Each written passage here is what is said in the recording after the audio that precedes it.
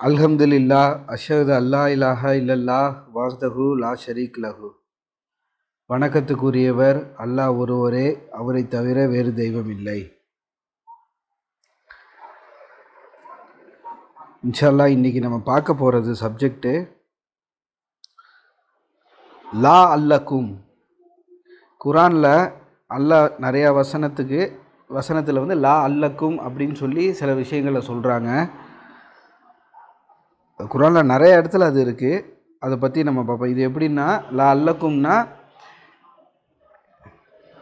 இங்கிலீஷில் சொல்லப்போனால் that you மே, அதாவது நீங்கள் இதை செஞ்சீங்கன்னாக்கா நீங்கள் வந்து வெற்றி பெறுவீர்கள், இதை செஞ்சீங்கன்னா நீங்கள் வந்து நரக வேதனையிலேருந்து காப்பாற்றப்படுவீங்க, இதை செஞ்சீங்கன்னா உங்களுக்கு வந்து நல்லது அப்படின்னு சொல்லிவிட்டு இதை செஞ்சீங்கன்னா உங்களுக்கு மீட்சி கிடைக்கும் அப்படின்னு சொல்லி அல்லாஹ் குரானில் நிறைய இடத்துல அந்த லா அல்லக்கும் அப்படிங்கிற வார்த்தையை யூஸ் பண்ணி சில விஷயங்களை சொல்லியிருக்காங்க. அது நிறையா இருக்குது. அதுலேருந்து சில வசனத்தை இன்ஷா அல்லாஹ் இப்போ பார்ப்போம். அவுது பில்லாஹி மினஷ் ஷைத்தானிர் ரஜீம். பிஸ்மில்லாஹிர் ரஹ்மானிர் ரஹீம். சூரா 2 வசனம் 21. ஓ people, worship only your Lord, the one who created you and those before you, that may be saved. லா அல்லக்கும் பி சேவ்டு. ஓ மக்களே, கடவுளை மட்டுமே வர்ஷிப் ஒன்லி யுவர் லார்ட், கடவுளை மட்டுமே வழிபடுங்க. உங்கள் எஜமானராக இருக்கிற அந்த அவரை மட்டுமே வழிபடுங்க. The one who created you, உங்களை உருவாக்கிய ஒருவர். அண்டு தோஸ் பிஃபோர் யூ, உங்களுக்கு முன்னிருந்தவர்களையும் உருவாக்குனது அவர் தான். That you may be saved, நீங்கள் காப்பாற்றப்படும் பொருட்டு கடவுளை வணங்குங்க அப்படின்னு சொல்கிறாங்க.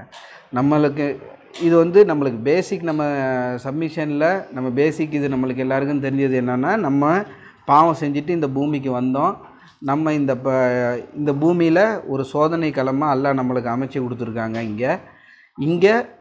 இங்கேருந்து நம்ம வந்து நம்மளோட செயல்பாடை பொறுத்து அல்லாஹ்கிட்ட நம்ம மீட்சி அடையிறோமா, இல்லை காப்பாற்றப்படுறோமா, இல்லை நிரந்தரமான நரகத்துக்கு தள்ளப்படுறோமா அப்படிங்கிறதுக்காக தான் இங்கே வந்திருக்கோம். ஸோ அந்த இதுலேருந்து காப்பாற்றப்படணுன்னா நீங்கள் கடவுளை நம்புங்க அப்படின்னு அல்லாஹ் நம்மள்கிட்ட சொல்கிறாங்க. அதே நேரத்தில் இது வந்து மறுமைக்கான சேவுக்கு மட்டும் இல்லை, இந்த பூமியிலையும் எந்த ஒரு இடைஞ்சல், எந்த ஒரு கஷ்டத்தை ஃபேஸ் பண்ணாலும், எந்த ஒரு சிரமத்தை நம்ம ஃபேஸ் பண்ணாலும் அதுலேருந்து நம்ம காப்பாற்றப்படணும்னா கடவுள்கிட்ட நம்ம கேட்கக்கூடியவங்களாக இருக்குன்னு இன்ஷா அல்லாஹ். அடுத்தது சூரா 2 வசனம் 52.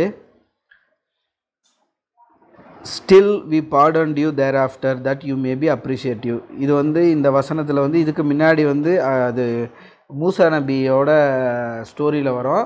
அந்த மக்கள் வந்து நேரான வழிப்பக்கம் கொண்டு வந்த பிறகும் அவங்க வந்து தப்பு பண்ணுறாங்க. ஸ்டில் நான் அவங்கள வந்து மன்னிக்கிறேன். எதனால் அல்லாஹ் மன்னிக்கிறாங்கன்னா, தட் யூ மே பி அப்ரிசியேட்டிவ், நீங்கள் நன்றி உள்ளவர்களாக இருக்கும் பொருட்டு நான் உங்களை மன்னிக்கிறேன் அப்படின்னு சொல்கிறாங்க. ஸோ இதை வந்து இப்படியும் பார்த்துக்கலாம். நம்ம நன்றி உடையவர்களாக இருந்தால் அல்லாஹ் மன்னிக்கக்கூடியவங்களாகவும் இருக்காங்க. ஸோ நம்ம செய்யக்கூடிய பாவம் குரானில் ஒரு இடத்துல வரும்.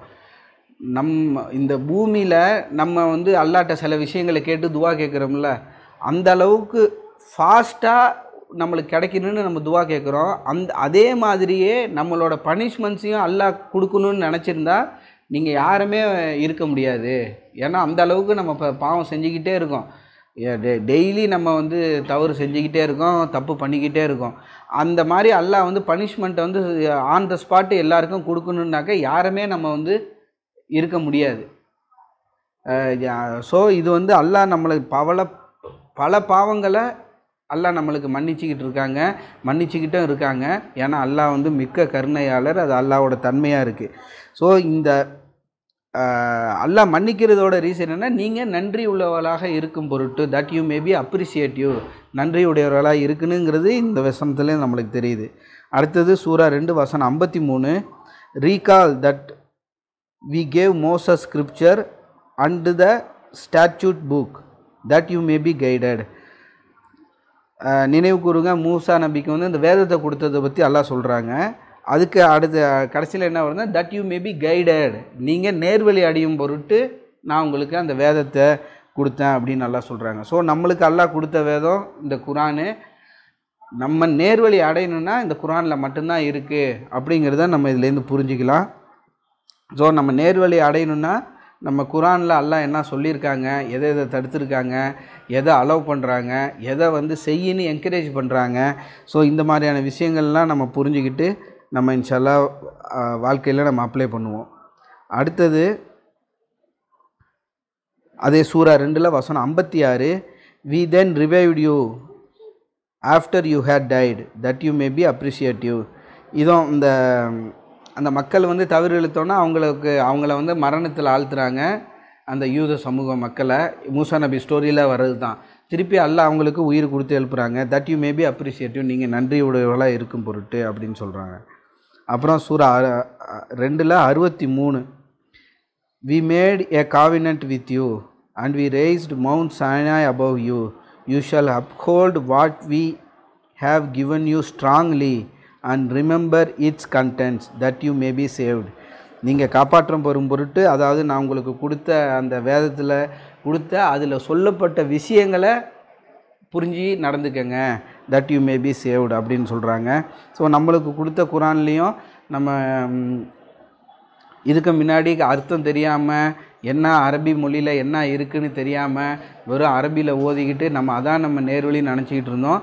இப்போ அல்லாஹ் இதில் குறிப்பிட்டு சொல்கிறாங்க, அண்டு ரிமெம்பர் இட்ஸ் கண்டென்ட்ஸ் அப்படின்னு சொல்கிறாங்க. ரிமெம்பர் இட்ஸ் கண்டென்ட்னா அதில் சொல்லப்பட்ட விஷயங்களை நீங்கள் மெமரியில் ஏற்றிக்கங்க, அதுபடி நடந்துக்கங்க அப்படின்னு சொல்கிறாங்க. ஸோ சொல்லப்பட்ட விஷயம் என்னங்கிறத வந்து நம்ம வந்து டிரான்ஸ்லேஷனையோ இல்லை வந்து அரபி மொழியை கொஞ்சம் கொஞ்சமாக கற்றுக்கிட்டு அந்த அரபி மொழியிலேருந்து நம்மளுக்கு புரிஞ்சிக்கிறதுக்கோ அலுவலா நம்மளுக்கு ஈஸியான டிரான்ஸ்லேஷனை நம்ம இப்போ கையில் இருக்குங்கும்போது அதில் உள்ள கண்டென்ட்ஸை நம்ம அல்லாஹ் என்ன சொல்கிறாங்க, இதை செய்யுங்கிறாங்க, இதை செய்யாதங்கிறாங்க அப்படிங்கிறத நம்ம அந்த கண்டென்ட்ஸை ஞாபகம் வச்சுக்கிட்டு அந்த நடந்தாக்கா that you may be saved, நீங்கள் காப்பாற்றப்படும் பொருட்டு. அப்புறம் சூரா 2 வசனம் 73, we said strike the victim with part of the heifer, that is when God brought the victim back to life and showed you his signs that you may understand. அந்த இடத்துல வந்து இந்த இடத்துல அல்லாஹ்வோட துணையை கொண்டு மூசா நபி வந்து ஏற்படுத்தின அந்த ஒரு அற்புதத்தை சொல்கிறாங்க. ஒருத்தவர் இறந்து போயிடுறாரு, அவரை பற்றின விவாதம் நடந்துக்கிட்டு இருக்கு. அப்போ வந்து ஒரு பசுவோட ஒரு பார்ட்டை எடுத்து அவர் மேலே அடிங்க, அவர் வந்து திருப்பி உயிரோடு வருவார் அப்படிங்கிறது வருது. இதில் என்ன சொல்கிறாங்கன்னா, தட் யூ மே அண்டர்ஸ்டாண்ட், நீங்கள் புரிந்து கொள்ளும் பொருட்டு. இதில் நான் என்னான்னு பார்க்குறேன்னாக்கா, அல்லாஹ் நாடுறது எது வேணுமே அல்லாஹ் நடத்துவாங்க. சில இது வந்து நம்ம வந்து இப்படி சொல்லலாம், இது என்ன மேஜிக் மாதிரிலாம். சில பேர் ஈவன் இந்த மிராக்கிள், மூசா நபியோட மிராக்கிளையே வந்து ரொம்ப ஒரு ப்ராக்டிக்கல் இதில் வந்து இது அப்படி கிடையாது, இப்படி தான், அது வந்து இப்பயும் வந்து அந்த மாதிரியான விஷயங்கள்லாம் சாத்தியம் அப்படின்லாம் சொல்கிறாங்க. ஆனால் என்னோட வியூவில் என்னென்னா, அல்லாஹ் மிராக்கிள்னு சொல்லதை யாராலேயும் காப்பி பண்ணவே முடியாது. ஏன்னா அந்த நம்ம மூசா நபி ஸ்டோரியிலே பார்க்கலாம், அந்த மெஜிஷியன்ஸு, அந்த மந்திரவாதிகள் அந்த இடத்துக்கு வரும்போது அவங்களே வந்து பார்த்துட்டு இது வந்து உண்மையான அற்புதம் தான் அப்படிங்கிறத பார்த்துட்டு தான் அவங்க வந்து சரணடைகிறாங்க. அப்படிங்கும்போது இந்த இடத்துல வந்து ஒரு இறந்து போன ஒருத்தவரை திருப்பி அல்லாஹ் உயிரோடு கொண்டு வர்றாங்க. தட் யூ மே அண்டர்ஸ்டாண்ட், நீங்கள் புரிந்து கொள்ளும் பொருட்டு. இதுலேருந்து என்ன புரியுதுன்னா, அல்லாஹ் தான் நாடுறத அல்லாஹ் நிகழ்த்தக்கூடியவங்களாக இருக்காங்க, அற்புதத்தை நிகழ்த்தக்கூடியவங்களாக இருக்காங்க. இதுக்கு வந்து இதுக்கு இதான் காரணம், இப்படி தான் நடந்துச்சு அப்படின்னு சொல்லிட்டு நம்ம ரீக்ரியேட் பண்ணுறதோ ஏதோ முடியாது. இதை தான் நான் இதுலேருந்து புரிஞ்சுக்கிறேன். அப்புறம் சூரா 2 வசனம் 150, wherever you go you shall turn your face during salat towards the sacred masjid. அதான் நம்ம கிப்லா பக்கம் திரும்பி நம்ம தொழுகிறத பற்றி அல்லாஹ் சொல்கிறாங்க. நீங்கள் எங்கே இருந்தாலும் சலாத் தொழுவையில் நீங்கள் அந்த கிப்லாவின் பக்கம், அதாவது நம்ம சேக்ரட் மஸ்ஜித் பக்கம் திரும்பிக்கங்க.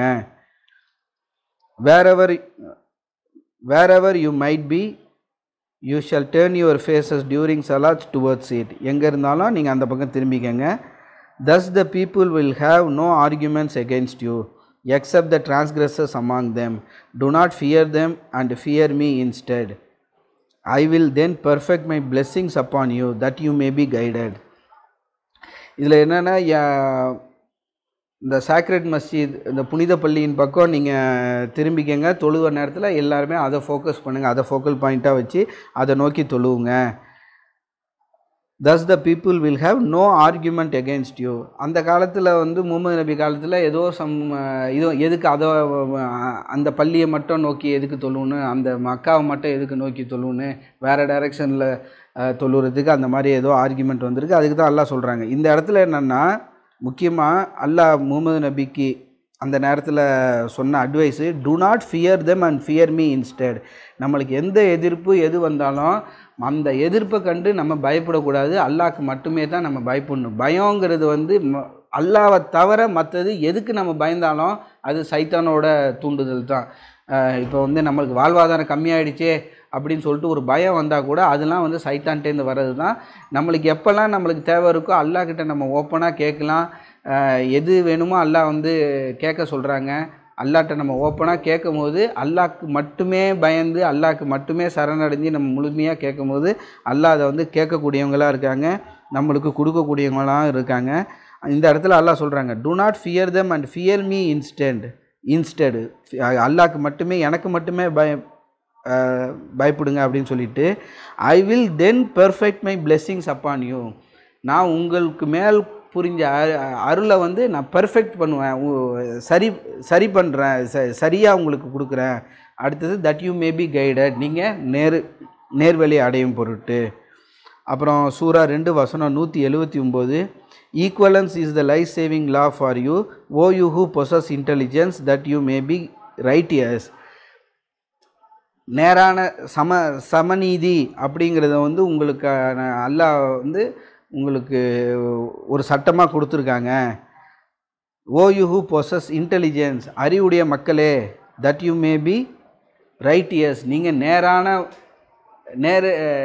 நன்னறியாளராக இருக்கும் பொருட்டு நீங்கள் அந்த ஈக்குவலன்ஸ் அதாவது சமநீதி அப்படிங்கிற லாவை நீங்கள் ஃபாலோ பண்ணுங்கள் அப்படின்னு சொல்கிறாங்க. அடுத்தது நோன்பை பற்றி சொல்கிறாங்க. சூரா 2 வசனம் 183, O you who believe fasting is decreed for you as it was decreed for those before you that you may attain salvation. நீங்கள் மீட்சி அடையும் பொருட்டு நீங்கள் நோன்பு வைங்க அப்படின்னு சொல்கிறாங்க. உங்களுக்கு முன்னிருந்தவர்களுக்கு கொடுக்கப்பட்ட மாதிரி நோன்பு உங்களுக்கும் கொடுக்கப்பட்டிருக்கு. Fasting is decreed for you and as it was decreed for those before you that you may attain salvation. நீங்கள் மீட்சி அடையும் பொருட்டு அந்த நோன்பை கடைப்பிடிங்க அப்படின்னு சொல்கிறாங்க. அப்புறம் சூரா 2 வசனம் 183, ஓ யூ ஹூ பிலீவ் 83 தான் இப்போ படித்தேன். சூரா 2 வசனம் 242, God thus explains his revelations for you that you may understand. மாஷால்லா, அல்லாஹ் இந்த தட் யூ மே அப்படிங்கிறத லா அல்லக்கும் அப்படிங்கிற வார்த்தையை குரானில் நிறைய இடத்துல ஃப்ரீக்வெண்ட்டாக நம்ம அதுதான் நம்ம இப்போ வருஷலாக படிச்சுட்டு வரோம். இந்த இடத்துல சூரா 2 வசனம் 242 உங்களுக்கு குரானை நான் உங்களுக்கு விவரிக்கிறேன், தட் யூ மே அண்டர்ஸ்டாண்ட், நீங்கள் புரிந்து கொள்ளும் பொருட்டு அல்லாஹ் விவரித்து. இப்பயும் வந்து நிறைய பேர் வந்து குரானை வந்து புரியாது, படித்தா புரியாது, இல்லை குரானோட அர்த்தத்தை யாராலையும் புரிஞ்சிக்க முடியாது அப்படிலாம் சொல்கிறாங்க. அல்லாஹ் இந்த இடத்துல என்ன சொல்கிறாங்க, God thus explains his revelations for you. அவரோட வெளிப்பாடுகளை உங்களுக்கு அல்லாஹ் வந்து விவரிக்கிறாங்க. குரானில் வந்து ஒரு இடத்துல நம்ம ஃபுல்லாக படிச்சுக்கிட்டு வரும்போது சப்போஸ் ஏதாச்சும் ஒரு இடத்துல புரியலன்னா கூட அதுக்கான அர்த்தம் வந்து ஃபுல் குரானோட கண்டெக்ஸ்டில், அதாவது முழுமையான குரான்லேருந்து பார்க்கும்போது அதோட அர்த்தம் என்ன அப்படிங்கிறத நம்மளுக்கு அல்லாஹ் வந்து புரிய வைக்கிறாங்க. God thus explains his revelations for you that you may understand. நீங்கள் புரிந்து கொள்ளும் பொருட்டு அல்லாஹ் உங்களுக்கு விவரிக்கிற அப்படின்னு சொல்கிறாங்க. அப்புறம் சூரா 2 வசனம் 265, 266 இது ஃபஸ்ட்டு இதை நான் படிச்சிடுறேன். The example of those who give their money seeking God's pleasure out of sincere conviction is that of a garden on high fertile soil. When heavy rain falls, it gives twice as much crop. If heavy rain is not available, a drizzle will suffice. God is seer of everything you do. அடுத்த வசனம் 266, Does any of you wish to own a garden of palm trees and grapes with flowing streams and generous crops. Then just as he grows old and when his children are still dependent on him, a holocaust strikes and burns up his garden. God thus clarifies the revelations for you that you may reflect. இது நான் எதுக்கு இந்த ரெண்டு வசனத்தையும் படித்தேன்னா, இந்த ஆக்சுவலாக வந்து 2:266 தான் தட் யூ மே ரிஃப்ளெக்ட் அப்படிங்கிற வார்த்தை வருது. இந்த ரெண்டு வசனத்தையும் சேர்த்து பார்க்கும்போது தான் நம்மளுக்கு வந்து முழுமையாக இதுலேருந்து நம்மளுக்கு படிப்புன்னு இருக்குது.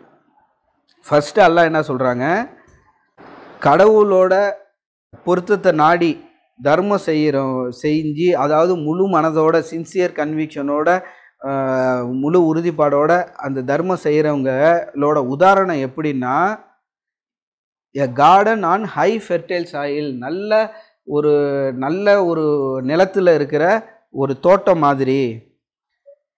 நல்ல மழை பெஞ்சிச்சின்னா, அதாவது நல்லா எல்லாம் அவங்களுக்கு அருள் புரிஞ்சாங்கனாக்கா மேலே அதிகமாக இன்னும் அதிகமாக அவங்க கொடுப்பாங்க.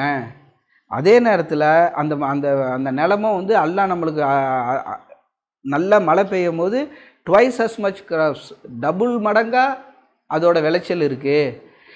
மழை இல்லாத காலத்தில் லேசாக ட்ரிசில், லேசாக ஒரு தூறல் மட்டும் சாரல் மட்டும் இருந்தால் கூட அதே போதுமானதாக இருக்குது அதுலேருந்து விளைச்சல் எடுக்கிறதுக்கு. அடுத்தது அல்லாஹ் இன்னொரு உதாரணம் சொல்கிறாங்க. 2:266 ஒருத்தருக்கு ஒரு தோட்டம் இருக்குது, அதாவது palm trees, grapes and flowing streams with a flowing stream and generous graphs.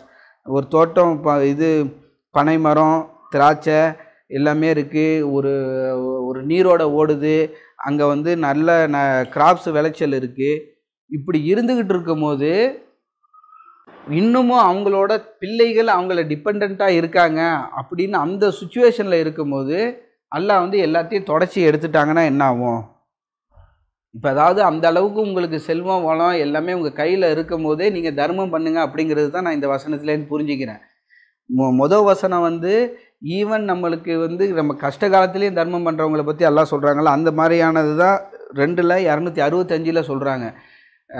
நல்லா மழை பெஞ்சாக்கா twice as much crop, double மடங்காக அவங்களுக்கு வந்து மகசூல் வருது.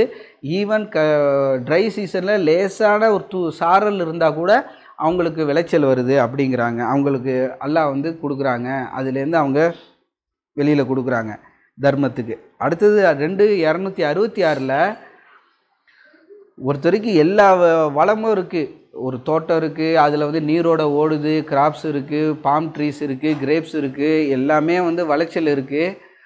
அப்படி இருக்கும் போது இன்னும் அவங்களோட பசங்களும் அவங்கள சார்ந்து தான் இருக்காங்க அப்படின்னு உள்ள சுச்சுவேஷனில் சுத்தமாக ஒரு அழிவு வந்து ஒரு ஹாலோகாஸ்ட் வந்து ஃபுல்லாக எல்லாத்தையும் அழிச்சிடுச்சுன்னா என்ன ஆகும் அப்படிங்கிறது தான் அல்லாஹ் இந்த இடத்துல நம்மளுக்கு சொல்கிறாங்க.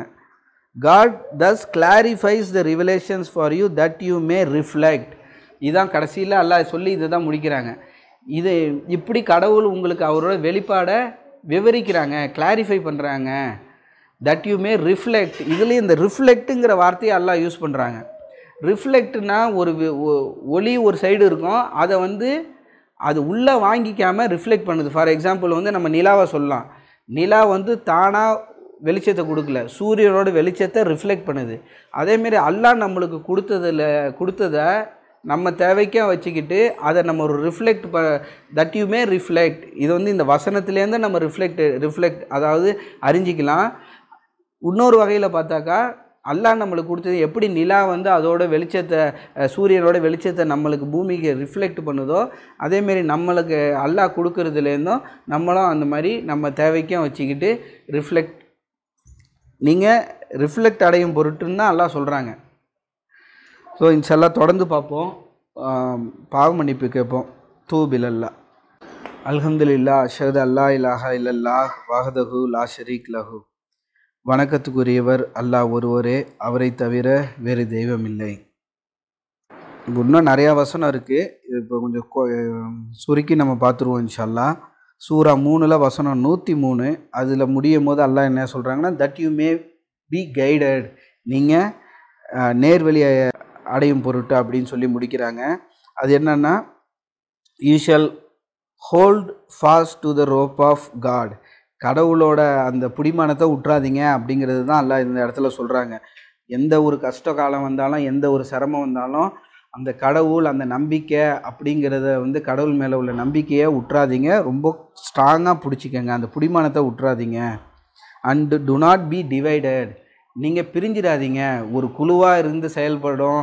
இப்போ ஒரு குரூப்பாக இருக்கோம், ஒரு நல்ல காரியத்தில் ஈடுபட்டுக்கிட்டு இருக்கோம், ஒரு குரூப்பாக இருந்துக்கிட்டு இருக்கும்போது இந்த சின்ன சின்ன டிஸ்பியூட்ஸுங்கிறது வந்து குடும்பத்துலேயும் சரி, ஒரு குழுவாக இருக்கும் போதும் சரி, ஒரு எந்த ஒரு குரூப்பாக இருந்து செயல்படும் போதும் சின்ன சின்ன டிஸ்பியூட்ஸு அப்படிங்கிறது வரும். அதில் அந்த இடத்துல அல்லாஹ் நம்மளுக்கு என்ன சொல்கிறாங்கன்னா, டு நாட் பி டிவைடட். நீங்கள் பிரிஞ்சிடாதீங்க. அப்புறம் recall God's blessings upon you. You used to be enemies and he reconciled your hearts. நீங்கள் கடவுள் உங்களுக்கு மேல் புரிஞ்ச அருளை நினைவு கூறுங்க. நீங்களாம் வந்து எதிரிகளாக இருந்தீங்க, அல்லாஹ் வந்து உங்கள் மனசை ஒன்றுபடுத்தினாங்க, உங்களெல்லாம் ஒன்றா சேர்த்தாங்க. ரீகன்சீல்டு யுவர், உங்கள் மனசை ஒருங்கிணைச்சாங்க. By his grace you become brethren. அவரோட அருளை கொண்டு தான் நீங்கள் சகோதரர்களாக ஆகணுங்க. You were at the brink of a pit of fire. அந்த நெருப்பு குழிக்குள்ளே போகிறதுக்கான அந்த ஒரு எஜ்ஜில் நீங்கள் இருந்தீங்க. And he saved you there from. அங்கேருந்து உங்களை அல்லாஹ் காப்பாற்றினாங்க. ஏன்னா நம்ம இதுக்கு முன்னாடி நம்ம வழிகேட்டில் இருந்தோம், அல்லாவை வந்து முழுசையாக புரிஞ்சிக்கல, அல்லாஹ் குரானுக்கு பக்கத்தில் மற்ற விஷயங்களை நம்ம ஃபாலோ பண்ணோம். இதெல்லாம் வந்து ஒரு நெருப்பு குழிக்குள்ளே உழுவுறதுக்கு இந்த அந்த எஜ்ஜில் இருக்கிற சுச்சுவேஷன், அதுலேருந்து அல்லாஹ் உங்களை காப்பாற்றினாங்க. அது he thus explains the revelations for you that you may be guided. இப்படியே அல்லாஹ் உங்களுக்கு அவரோட வெளிப்பாடுகளை விவரிக்கிறாங்க, நீங்கள் நேர்வழி அடையும் பொருட்டு. அப்புறம் சூரா 3 வசனம் 123 God has granted you victory at Badr போரில் உங்களுக்கு வெற்றியை கொடுத்தோம். டிஸ்பைட் யுவர் வீக்னஸ், உங்கள்கிட்ட இருந்த பலவீனத்தை தாண்டி உங்களுக்கு அந்த பத்ர் யுத்தத்தில் உங்களுக்கு வெற்றியை கொடுத்தோம். Therefore you shall observe God to show your appreciation. எனவே நீங்கள் கடவுளை நினைவு கூறுங்க, உங்களோட டு ஷோ யுவர் அப்ரிசியேஷன், உங்களோட நன்றி பாராட்டுதலை வெளிப்படுத்துங்க. இப்போ நம்மளோட லைஃப்லேயும் வந்து எத்தனையோ விஷயத்தில் வந்து அல்லாஹ் வந்து இப்போ ஈவன் நம்ம சப்மிஷன் கிடைச்சதே நம்ம இதுக்கு வந்து தகுதியானவங்க தானா, நம்ம அந்த அளவுக்கா பெரிய தியாகம் பண்ணிட்டோம், அந்த அளவுக்கு ரொம்ப நல்லவனாக இந்த பூமியில் இருக்கோம் அப்படின்னு பார்த்தாக்கா நம்மளுக்குள்ள எல்லாருக்குள்ளேயுமே அந்த கேள்வி இருக்குது. அல்லாஹ் வந்து நம்மளுக்கு இந்த இதை கொடுக்குறாங்க, ஒரு வெற்றியை கொடுக்குறாங்க, ஒரு நல்ல விஷயத்தை கொடுக்குறாங்கன்னா that you May show your appreciation, உங்களோட நன்றி பாராட்டுதலை தெரிவிக்கும் பொருட்டு அப்படின்னு சொல்கிறாங்க. ஸோ நன்றி கெட்ட மக்களாக நம்ம ஒருபோதும் ஆகிடக்கூடாது. அல்லாஹ் நம்மளுக்கு கொடுத்த விஷயங்கள் நம்ம தகுதிக்கு மீறி அல்லாஹ் நிறைய நம்மளுக்கு பிளெஸ்ஸிங் கொடுக்குறாங்க, அருள் புரியுறாங்க. அப்படிங்கும் போது நம்ம ஈவன் எந்த ஒரு பிளெஸ்ஸிங்காக இருந்தாலுமே நம்ம அதுக்கு தகுதியானவங்களான்னு பார்த்தாக்கா நம்மளுக்கு பெரிய கொஸ்டின் மார்க் தான். ஏன்னா நம்ம அவ்வளோ பெரிய பாவம் செஞ்சவங்களாக இருக்கும். அப்பயே வந்து மலக்குகள் சொல்கிறாங்க, இவங்களாம் வந்து இப்பயே நரகத்தில் போட்டுருங்க அப்படின்னு சொல்லிட்டு. அப்போ அல்லாஹ் சொல்கிறது வார்த்தை வந்து I know what you do not know, நீங்கள் அறியாததை நான் அறிஞ்சிருக்கேன் அப்படின்னு சொல்லி தான் அல்லாஹ் நம்மளுக்கு கடைசி சான்ஸ் கொடுக்குறாங்க. இந்த கடைசி சான்ஸும் என்னென்னா இதில் இருக்கிற சில பேர் நம்பிக்கைக்கு, அதாவது நேர்வழிக்கு, சொர்க்கத்துக்கு தகுதியானவங்க, கைடன்ஸுக்கு தகுதியானவங்கன்னு அல்லாஹ்க்கு தெரிஞ்சதுனால தான் நம்மளுக்கு இந்த சான்ஸை அகைன் கொடுக்குறாங்க. அதுக்கு தகுந்த மாதிரி அல்லாஹ்வும் நம்மளுக்கு கைடன்ஸையும் கொடுத்துருக்காங்க. ஸோ அல்லாஹ்வோட அந்த கைடன்ஸ், அந்த ரோப்பை வந்து அந்த பிடிமானத்தை நம்ம ஒருபோதும் விட்டுறக்கூடாது. எந்த ஒரு சுச்சுவேஷன், எந்த ஒரு ஸ்ட்ரகிளு, எல்லா நேரத்துலையும் அல்லாஹ்வை நம்ம நினைவு கூறணும். அதாவது ஒற்றுமையாக இருங்க, that you May show your appreciation, நீங்கள் உங்களோட நன்றி செலுத்துதலை வெளிப்படுத்தும் பொருட்டுன்னு சொல்லிவிட்டு இந்த வசனத்தில் இப்போ நம்ம பார்த்தோம். இதேமாரி இதுக்கு முன்னாடியே நிறையா வசனம், இதுக்கப்புறம் இன்னும் நிறையா வசனம் இருக்குது. ஏகப்பட்ட வசனத்தில் தட் யூ மே அப்படிங்கிற வார்த்தையை அல்லாஹ் சொல்கிறாங்க. நம்ம அரபியில் நம்ம ஓதும் போது லா அல்லக்கும் அப்படின்னு சொல்லிவிட்டு தான் அந்த வசனம் எல்லா லா அல்லக்கும். ஃபார் எக்ஸாம்பிள் வந்து தத்தஃபக்கரூன், லா அல்லக்கும் தத்தஃபக்கரூன், லா அல்லக்கும் சொல்லிட்டு நிறைய டிஃப்ரெண்ட் இதில் அல்லாஹ் சொல்கிறாங்க. நீங்கள் இதை செய்யும் பொருட்டு அப்படின்னு அல்லாஹ் சொல்லி அந்த வசனத்தை முடிக்கிறாங்க. குரானில் நம்ம வந்து லா அல்லக்கும்னு சர்ச் பண்ணலாம், இல்லை வந்து தட் யூ மே அப்படின்னு கீவேர்டை வச்சு சர்ச் பண்ணால் கூட ஏகப்பட்ட வசனம் வருது. இப்போ நம்ம பார்த்தது வந்து வெறும் ஒரு 10% தான். இன்னும் நிறையா வசனங்கள் இருக்குது. இன்ஷா அல்லாஹ் அதை நம்ம சர்ச் பண்ணி நம்ம ஒன்று ஒன்றா பார்க்கும்போது நீங்கள் இதை செய்யும் பொருட்டு நான் உங்களுக்கு இது செய்கிறேன் நீங்கள் அப்படின்னு சொல்லிட்டு அல்லாஹ் சொல்கிறாங்க. நம்ம அதை புரிஞ்சு இன்ஷா அல்லாஹ் நம்ம நடந்துப்போம். வக்கீமுஸ் ஸலாத் தொழில்